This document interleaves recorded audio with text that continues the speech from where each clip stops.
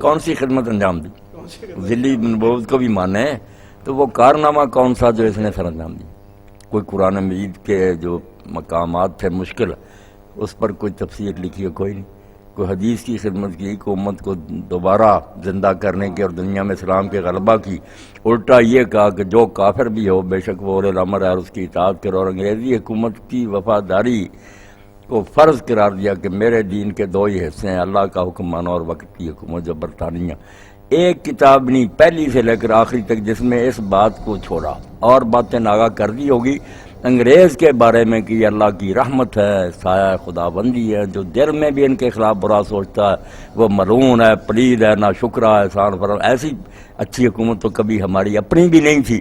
غلامی اور یادداشتیں لکھ لے کر بھیجیں ملکہ وکٹوریہ کو، کیسر ہند کو، کہ جو خدمت میں آپ کی سر انجام دے رہا ہوں یہ دنیا میں کوئی جماعت بھی سر انجام، میں تنہا وہ کام 80 الماریاں بھرتی ہیں میری کتابوں میں جن میں نے لکھا ہے عربی میں اور دوسرے، بلکہ یہ بھی کہ میں دوسرے ملکوں میں بھی بھیج رہا ہوں تاکہ مسلمانوں میں جہاد کا جو مسئلہ ختم ہو جائے۔ میں نے اس کو حرام قرار دے دیا، اور وہ مہدی اور مسیح ہے جس کے یہ منتظر ہیں کہ وہ تلوار لے کر آئے گا، وہ بھی میں نے بات ختم کر دی کہ تلوار والا کوئی نہیں آئے گا۔ تو جہاں جہاں میری کتابیں جائیں گی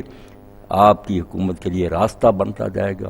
اس لیے جب عراق پر قبضہ کیا نامرادوں نے تو اس وقت صرف قادیان میں چراغاں ہوا تھا، اور خلیفہ بشیر الدین محمود احمد نے کہا اگر خلافت کی ذمہ داریاں میرے اوپر نہ ہوتی میں والنٹیئر بن کر، رضاکار بن کر انگریز کی فوج میں آتا۔ مسلمان رو رہے تھے خوشیاں، ان کا ملت سے کوئی تعلق نہیں، بالکل یہ ایک الگ کافر گروہ ہے اور انگریزوں کا ایجنٹ ہے۔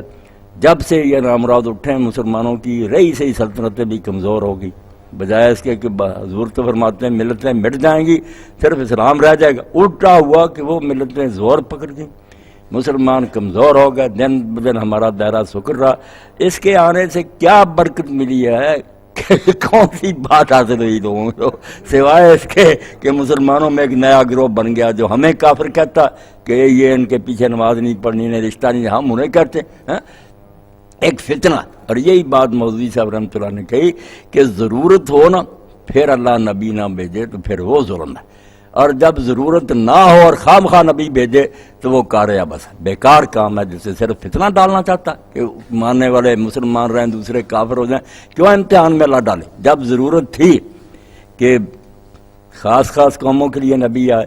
جیسے کہ صاحب نے فرمایا کیسے مولوی صاحب نے منطقی طور پر حصر کر دیا کہ سوچو تو صحیح، یا تو نبی اس لیے آتے تھے کہ پہلے نبی دوسری قوموں کے لیے آئیں، کوئی قوم ایسی خالی پڑی ہے کہ ان میں نبی نہیں آیا، انہیں بھی رہبر چاہیے۔ حضور کی دعوت ہے عام، آپ نے فرمایا میں تو مشرق مغرب کے لوگوں کے لیے بھیجا گیا ہوں، قیامت تک کے لیے بھیجا گیا ہوں۔ پھر کہ نامکمل چھوڑ جائے تعلیم وہ بھی بات نہیں، مرزائی بھی مانتے ہیں کہ یوم اکملت لکم، دین تو پورا ہو گیا۔ پھر گم ہو جائے یہ بھی مانتے۔ پہلی کتاب جو لکھی برائے انعام دیا جب اتنا مردود نہیں ہوتا یہی تھا کہ یار کیوں نیا نبی آئے، دین بھی حضور کا مکمل ہے اور محفوظ بھی ہے،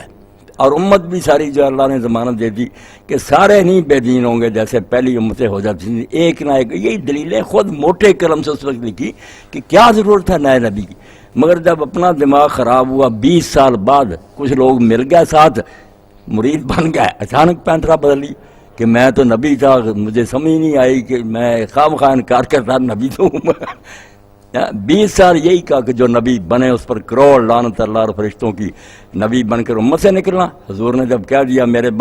تو مولوی صاحب رحمۃ اللہ علیہ یہی فرمایا کہ یا تو پہلے نبی کسی خاص امت کے لیے، دوسری امت رہتی ہوگی، یا اس کی تعلیم جو ہے وہ مکمل نہ ہو، یا گم ہو جائے۔ جب ان میں سے کوئی صورت نہیں تو اب خواہ خواہ نبی بھیج کر اللہ تعالیٰ لوگوں کو فتنے میں ڈالنا چاہتا کہ کچھ بیچارے پہچانیں گے مومن رہ جائیں۔ نبی جو ہے وہ فکرہ پڑا نا کہ وہ چھوٹا موٹا منصب نہیں کہ کوئی عالم ہے مجدد ہے، ٹھیک ہے آیا کوئی مانے نہ مانے، کافر ہونے کا اندیشہ تو نہیں۔ نبی تو ایک ایسا منصب ہے کہ ہم بھی مانتے وہ بھی مانتے کہ نبی کو نہ جو مانے وہ تو پھر کافر ہو جاتا۔ تو اللہ خواہ مخواہ اس امت کو امتحان میں ڈالے۔ اور یہ بھی باتیں جو ہے نا ریاض صاحب یاد رکھنی چاہیے کہ نبی کا کام ہے اگر نبی آنا ہے نا نیا تو امت کو آگاہ کر کے جائے تاکہ یہ کافر نہ ہو جائیں، آنے والے کو مان لیں، بتا جائے کہ میرے بعد آ رہا اس کو مانا، جیسے عیسیٰ علیہ السلام نے کہا، حضرت موسیٰ علیہ السلام نے تورات میں کہا آنا حضور نے، تو حضور نے ایک تو آنے والے کی خبر نہیں دی، پہلا یہ بھی رکھیں، اس کو جتنا جی چاہے پھیلائیں کہ آپ کا کام تھا بتانا، نکالو مجدد آنا ہی دوسرے، نبی کہیں آئے گا کوئی؟